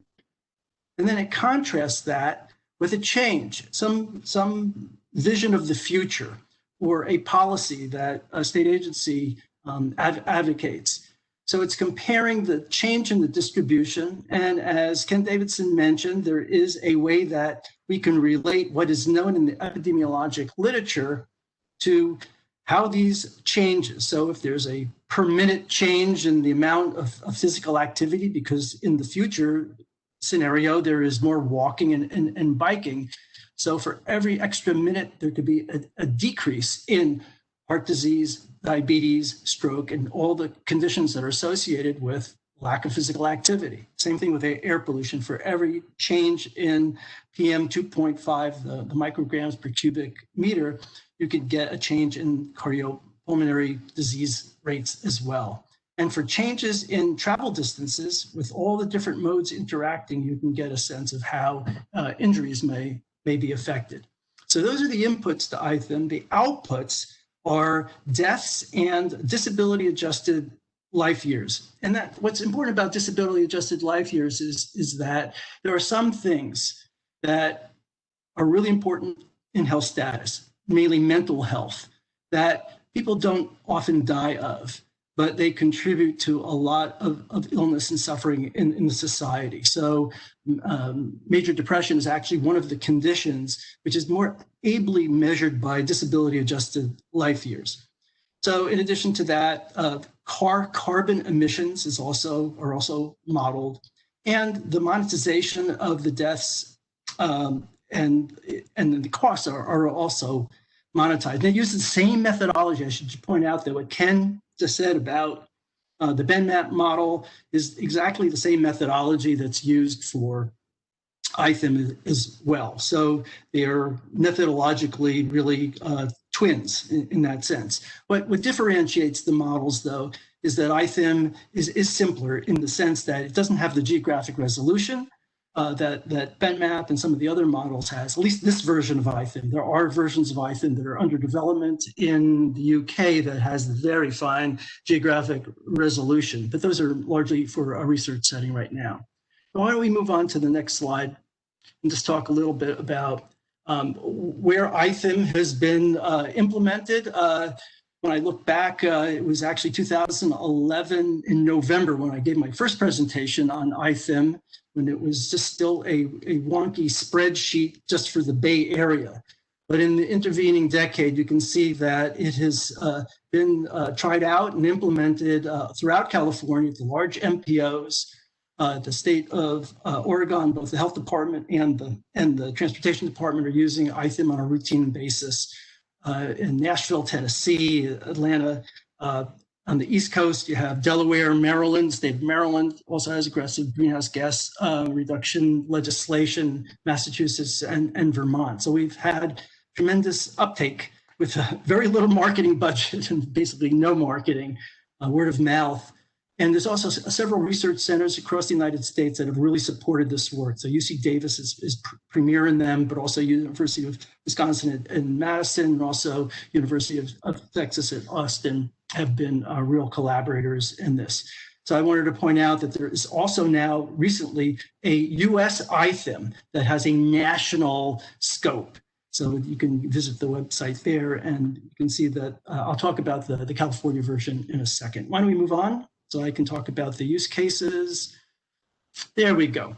So in this last decade, ITHM has been used in many different kinds of settings. One really important is policy education. It's come up in numerous legislative hearings to just emphasize the importance of active transportation as a strategy for greenhouse gas mitigation and transportation in California, because sometimes those voices are not heard. Many of the conversation is about technological solutions around propulsion systems of cars. And in fact, the research has shown that the active transport can be a very potent, important contributor to greenhouse gas reductions, as well as population health improvement. And it's really been the advocacy groups that have really championed that message as well.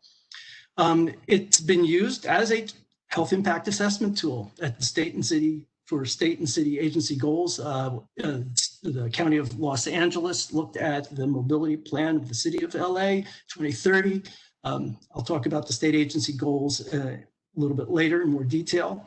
MPOs, the Metropolitan Planning Organizations in California, pursuant to SB 375, developed their community strategies, and they are using ITHM to quantify the health benefits of the different alternatives as well as their preferred plans. Also for the prioritization of projects. So this is, the mostly larger MPOs that take and run their travel demand models with their large system-wide projects, and they want to know what the health benefits of those may be, and then they sum up over all the projects. So that's a practical way it's been used.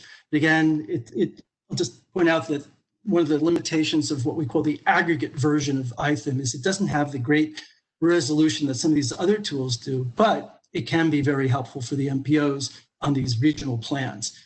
And also, ITHM has been used in research, most recently by the researchers at UC Davis and my colleagues who examined the impacts of autonomous vehicles and the health impacts in the Bay Area. So I won't go into details of that, but it's been used in a number of different settings, as you can see. Dan, can we have the next slide? Okay, so what comes with the model are a number of built-in mobility and health-based active transport scenarios. So in addition to a 2010 baseline, we have the 2017 CARB scoping plan, which calls for a quadrupling of walking and transit, a 9-fold increase of cycling. Caltrans Strategic Management Plan, which is more modest. It's a doubling of walking and transit with a 3-fold increase in cycling. It also has the community sustainable community strategies based on the published EIRs. That's where I got the data from. And also the US Surgeon General's recommendations, which is for adults to have 150 minutes a week of moderate or vigorous physical activity. There's a number of what-if scenarios that users can do their own thing, where they want to have different multiples of the baseline or a fixed amount of weekly physical activity, or walking and cycling, they can indicate that. And another what-if if half of all short car trips were converted to walking and cycling. There's also the low carbon driving scenario that calls for roughly a third reduction from the 2000 baseline by 2045. And then users can upload their own scenarios if they have usually a travel model that will predict how travel behaviors change with different policies. Next slide. Right in here, I just wanted to give you a flavor for how those scenarios, those built-in scenarios, translate into minutes per day of physical activity. So you can see it's really true that the average Californian only gets about 2.7 minutes per day of active travel, which isn't very much. So you can see a gradient of active travel times that goes from this 2.7 minutes all the way up to 21.4 minutes per day using the US Surgeon General's recommendation. You see the CARB, scoping plan is the next level of ambition. And also for distances, you can also get a sense of what this is in terms of mean miles per day. So we're not talking about running marathons. We have, the baseline is very low. It's about 0.4 miles per day. But the most ambitious scenario is only about 5 miles per person per day. So that is, again, not running a marathon, and it certainly seems to be achievable. Next scenario, next slide. And what I'd like to do here is quickly review some of the results. Again, this has all been published in peer-reviewed journals. If you're interested in the citations, we can provide them to you offline. On the left side, underneath where it says the burden of disease, that is the big enchilada. Those were the deaths that Linda Helen was referring to at the very beginning of the webinar. Is, what is the burden? How many deaths are occurring every year due to different sources? And you can see the different pathways, the road traffic injuries, PM 2.5, and physical activity. Again, this goes beyond the transportation sector. This is all sectors combined. And then you can see under the scenarios, you can see those same scenarios that were laid out in the previous slide, sort of in ascending order of health benefit. And you can see that there's a big gray bars, which means that it's the physical activity which is really driving the overall health benefits. And in some cases, when you get up to the US Surgeon General, we're making a substantial inroad into the overall burden of disease. So if we're talking about over 8,000 deaths prevented per year against a 23,000 deaths from all lack of physical activity causes, that's really quite a contribution if we could get to that place. You can also see the road traffic injuries, in some cases, actually go negative, meaning that they're increasing. So there's a cautionary note here about, depending on the scenario, you might actually be increasing exposure to pedestrians and cyclists in particular to more collisions because they're just traveling much further. It's hard to see the air pollution benefit because relative to the others, it is small. It's important, but small, but it is there.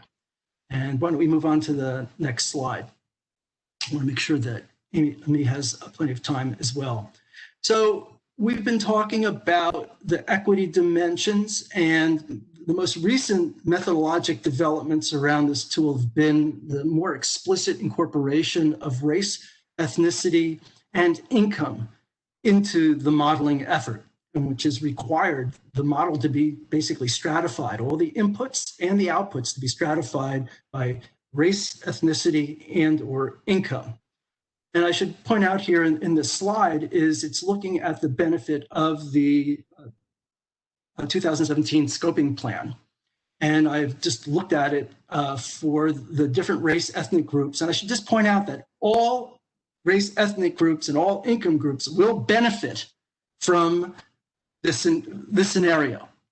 But some groups will benefit a little bit more than the average than other groups. And you can see here how Blacks benefit more than other race ethnic groups, which is largely due to they have a high baseline level relative to other groups of walking and taking transit and things like that.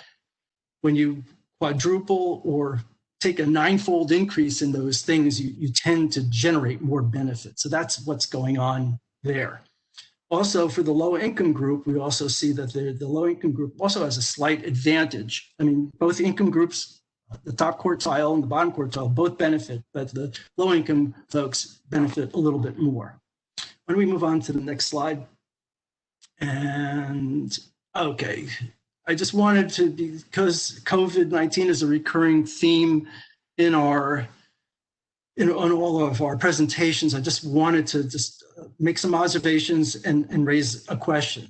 We know that there's a disproportionate adverse race, ethnicity, health impacts because of the pandemic. We also know that there's a devastating decline in ridership and revenues for our public transit systems. So a question that policymakers need to take into account during the recovery is, will COVID-19 erase the health equity advantage of Black Californians from active travel, which is what was demonstrated in the previous slide. So with that said, why don't we move to the last slide, which is just let people know that this is a web accessible tool. You can get there through that URL. The tool has evolved tremendously in the past decade from a wonky, somewhat inscrutable spreadsheet to a very friendly, user-friendly tool. It comes not only with this core bit of calculation where you can pick your scenario and you pick a geography, including 30 California counties. You can project into the future from up into 2050. You can do all these things, but there's a lot of decision support so that even if you are just a policy person and you're just interested in learning more about the health transportation connection, you can go to the decision support pages and get that Susan Handy, summary of how VMT reduction might be achieved in California, and a lot of other useful information on the built environment that could be part of strategies. So the idea here is to link the data to action through learning about the policies. So with that said, I will move to the last slide, which is basically a thank you and just a recognition to all the folks over the years that have really supported this effort. The California Department of Public Health is really where the ITHM was birthed, with help from James Woodcock at the University of Cambridge. The Air Resources Board really made this to be an accessible tool through a contract that I had with University of California at Davis. So my colleagues, Jonathan London and Carolyn Rodier at UC Davis have been fantastic partners over the years for developing the data and getting to this tool. Also, Nicholas Leinish Legacy Fund was a contributor to the project as well. And there's many individuals, John Bombs, Linda Rudolph, others who are early advocates of getting the co-benefits highlighted in our climate plans in state agencies. Bonnie Holmsten, then with the Lung Association, and Will Barrett were big promoters of ITHM as well.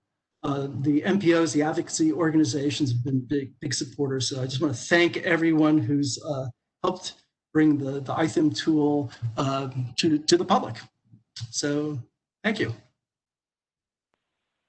Thank you so much, Neil, for elucidating the potential health, equity, climate, and economic benefits of land use changes that make it safer and more appealing to walk, cycle, and take transit instead of driving, and its equity dimensions.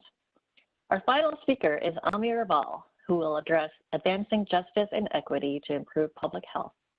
Ami is a senior policy researcher at the Asian Pacific Environmental Network, an environmental justice organization that empowers Asian American immigrant and refugee communities across California through grassroots organizing, voter engagement, and policy advocacy.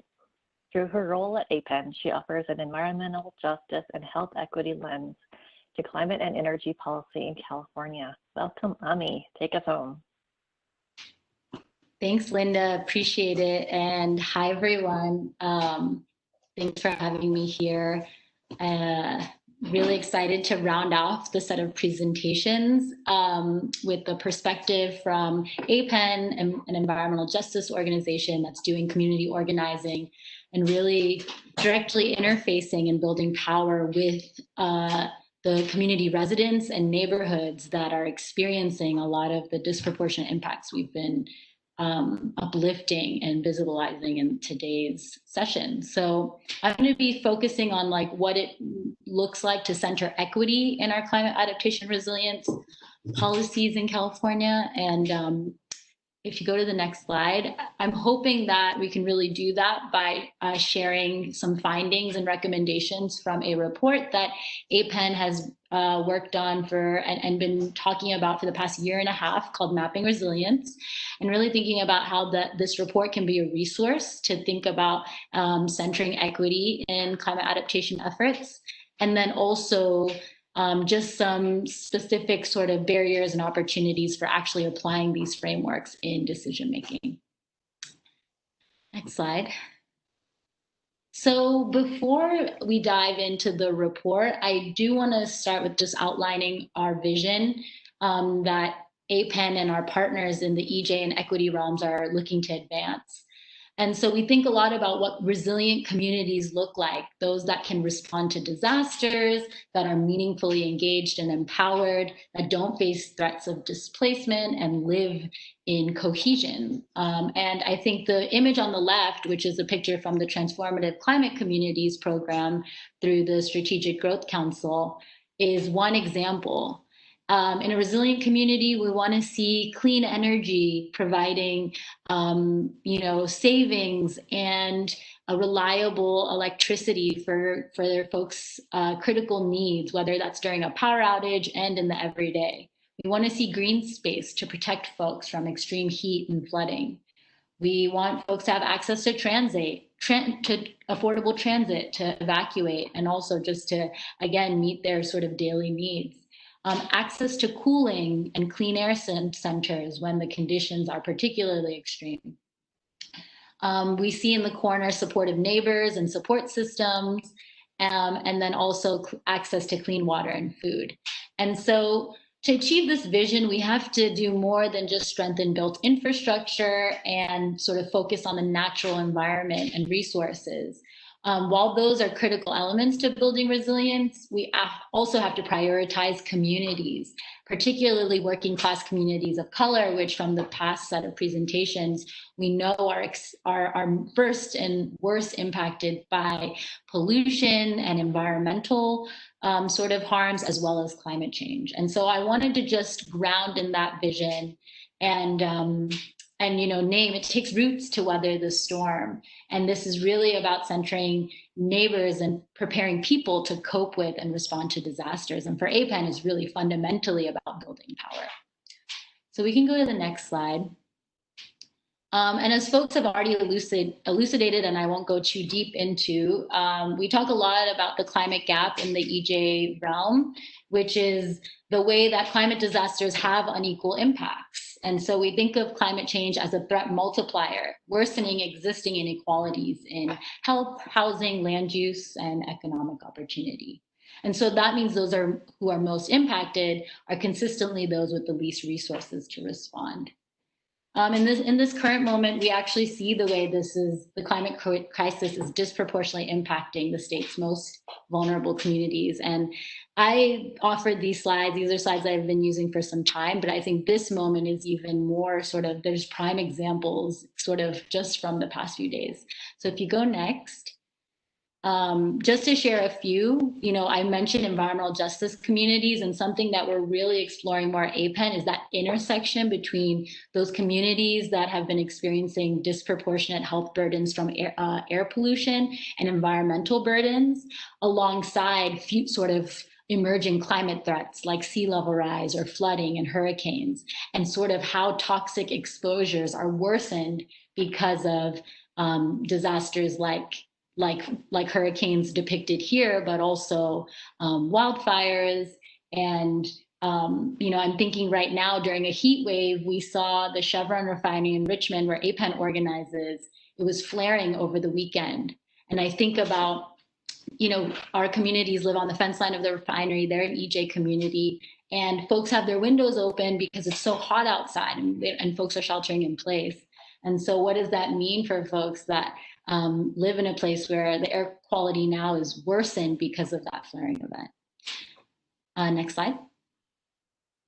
We're thinking about our urban communities and those that are, that don't have a lot of access to green space or tree poor, and what that means for the risk of extreme heat and flooding. Next slide. We're thinking about our homeless communities, and I think folks uplifted in the chat box are unhoused populations because they're on the front lines, kind of exposed to extreme weather conditions every day. And again, in this moment, the air quality, there was falling ash this morning in the Bay Area. I got in my car and I saw ash all over my car from the wildfires. And it's also really hot. So what does that mean for our folks that don't have a place to shelter, especially amidst COVID, when folks can't necessarily be in a community space due to social distancing? Next slide. And then finally, just as another sort of example to provide some of this narrative, we're also thinking about our Native communities and Indigenous populations, thinking about the way the drought is really impacting their relationship to the land and natural resources. So again, that's just some texture to really give the stories sort of that uplift the data and the rich sort of research that folks are doing in the public health realm. Next slide. And so recognizing this gap, what can we do? And also create opportunities to thrive. Next slide. And that's where APEN's Mapping Resilience report comes in. And I just want to provide a quick sort of snapshot of, this is a resource I'm hoping folks, both public health researchers and advocates, as well as sort of community advocates can use as part of doing this work around EJ and equity. Next slide. So just a little bit of context, the reason we did this report was really sort of grounded in the lessons learned from CalEnviroScreen, which we have seen as a quantitative tool, mapping tool that has uplifted environmental justice values in state policy. Next slide. And so the report, for folks that are interested, there's a link that I'll share, but you can access it on APEN's website. It provides background, just as I shared and uplifted in some of those headlines, background on communities that are disproportionately impacted by climate change. It gives some framing on key definitions and principles around climate vulnerability and resilience. It reviews over 40 existing indicator sets, data, tools, and frameworks as just a sampling, not even an exhaustive sort of picture of all the tools that are available to think about climate vulnerability.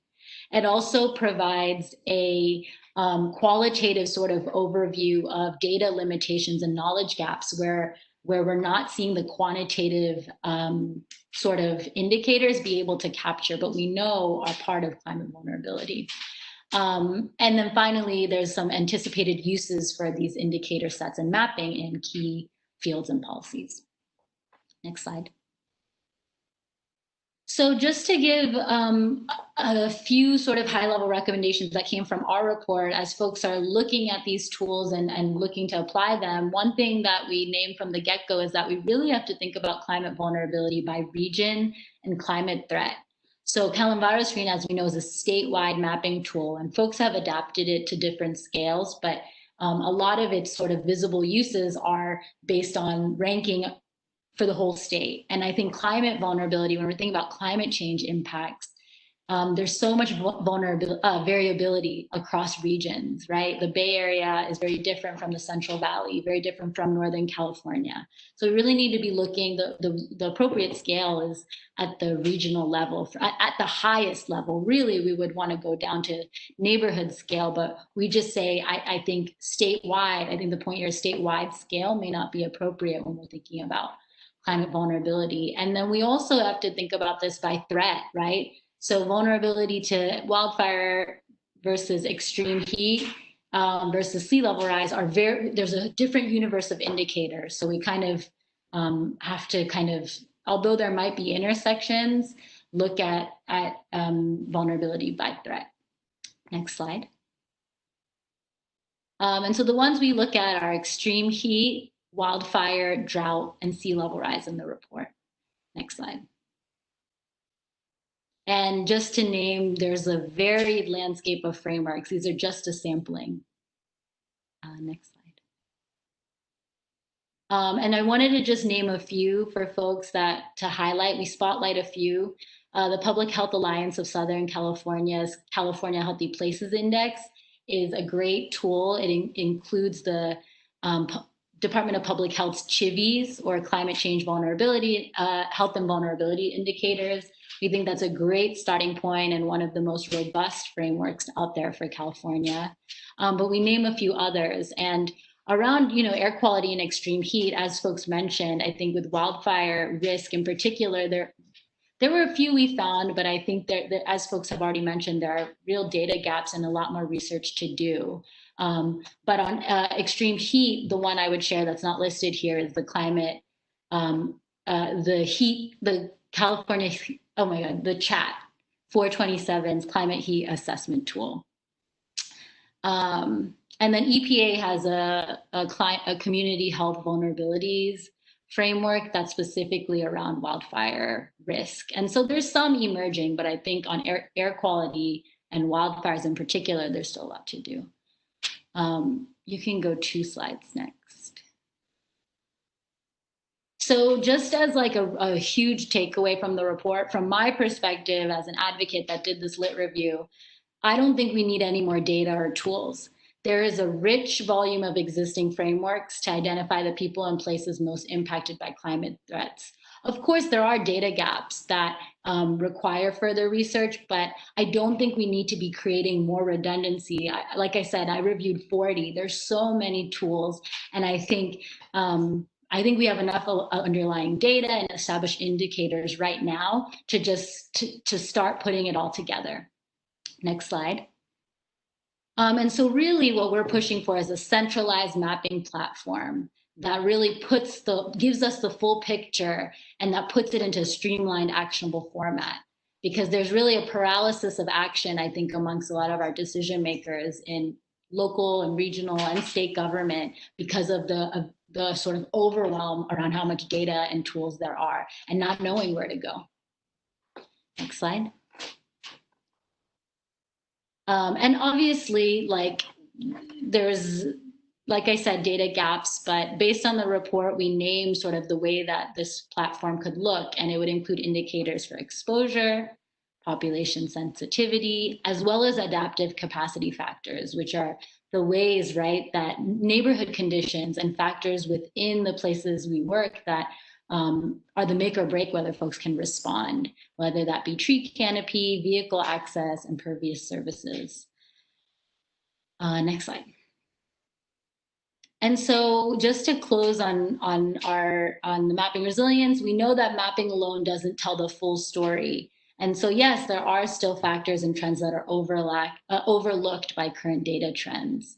For example, there's not as much data around adaptive capacity factors and how communities respond, whether that's access to cooling centers, affordability of air conditioning, transportation access, community cohesion, and a whole host of other ones we talk about in the report. So given that, we have to, if you go to the next slide, really ground truth and complement maps with community expertise. And I think to leave you all with this message that the data limitations should really caution us from relying on any single framework to kind of identify all the factors that are contributing to communities' vulnerability to climate change. And so how do we really integrate stories and qualitative information with the data and making sure folks are really able to speak to their experiences and stories themselves? Next slide. So yeah, I think data is powerful, as folks have reinforced, and we hope that the report can be a resource for folks to start thinking about on the other side, right, understanding the set of indicators that are contributing to vulnerability. Also, the metrics that can help us track progress towards achieving benefits. And I wanted to just close with the Office of Planning and Research, CARB program is actually drawing from our mapping resilience reports, working on developing a tool that, as we advocate in mapping resilience, as well as a set of resilience metrics that really help track progress on whether our programs are helping us build resilience in communities. So I'll stop there, and I can send a link in the chat. Thank you so much, Ami, for bringing it all together and focusing us on a methodology for assuring equity and health as we address climate change impacts. Now we have some time for discussion facilitated by Bonnie Holmes-Jen from CARB. Please submit your questions or comments via the WebEx chat or email them to gchep@cdph.ca.gov, and our colleagues Meredith Millett and Amanda Hooker will read them for Bonnie and the panelists.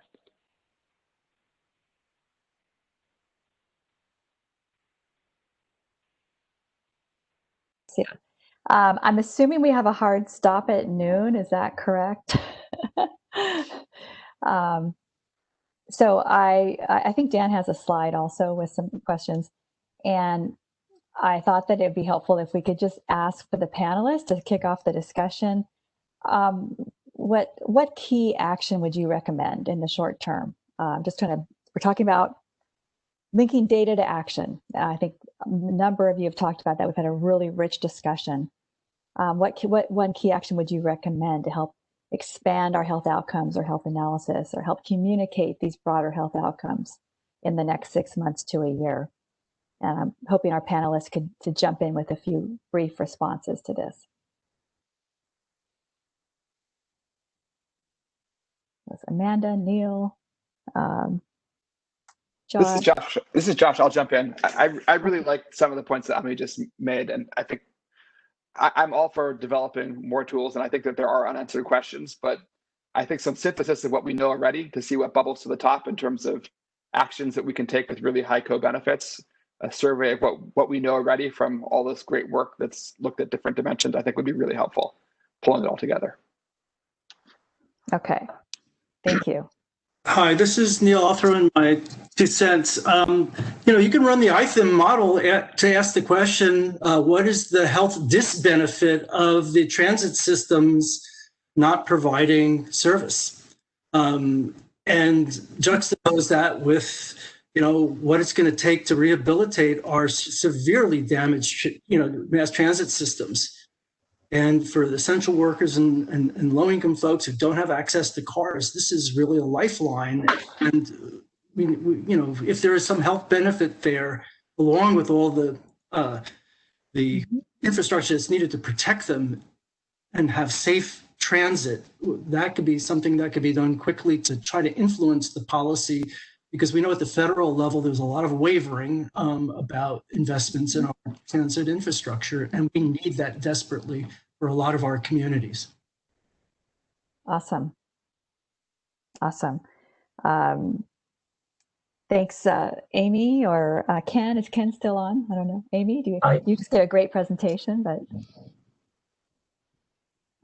Hey, this is Ken Davidson. Yeah, sure. I can just briefly, and since the question is framed around expanding health analysis, to expand health analysis to look at air quality and climate change programs, just reiterate that a challenge is when you start getting to the local scale, what information do you have that can meaningfully translate air quality and exposure to health risk at a hyper-local scale?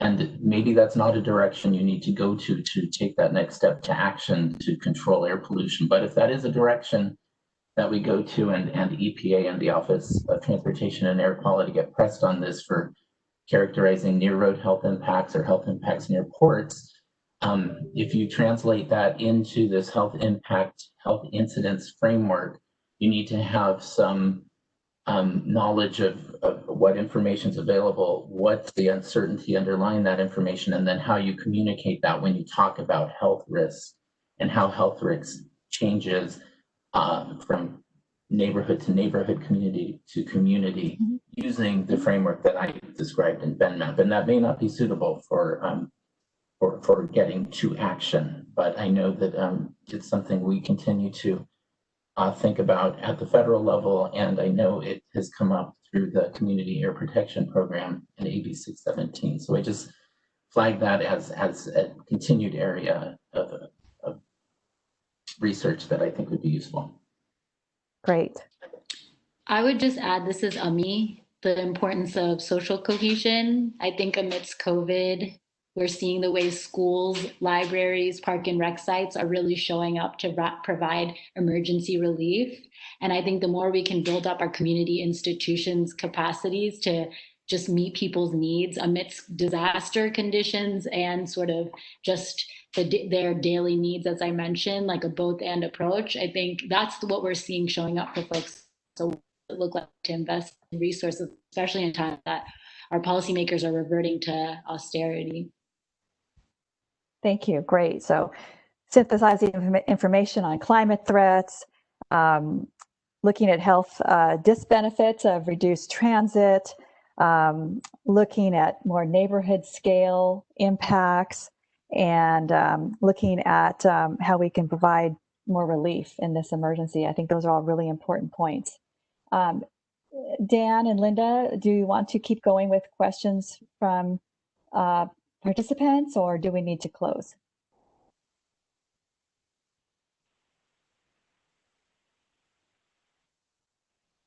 It is noon.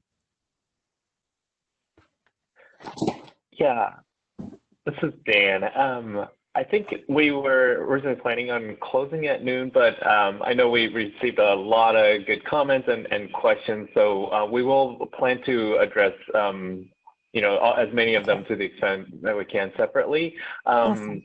So yeah, I guess just to respect people's time, we'll just end up closing. And apologies for not having more time to have a richer discussion. Yeah. But so with that, I just want to remind attendees that we have recorded the meeting. We'll post it online in about 1 to 2 weeks usually, and we'll have the slides as well. I'm going to get to our final slide. So again, the email on the screen is one that you can send your questions and any follow-up. And again, thank you everyone, all of our presenters for joining today, Air Resources Board, the CDPH team for all of the work to pull this together, and for all of you attendees who have joined and spent time with us today. So thank you very much, and have a wonderful rest of your day. Thanks, everyone.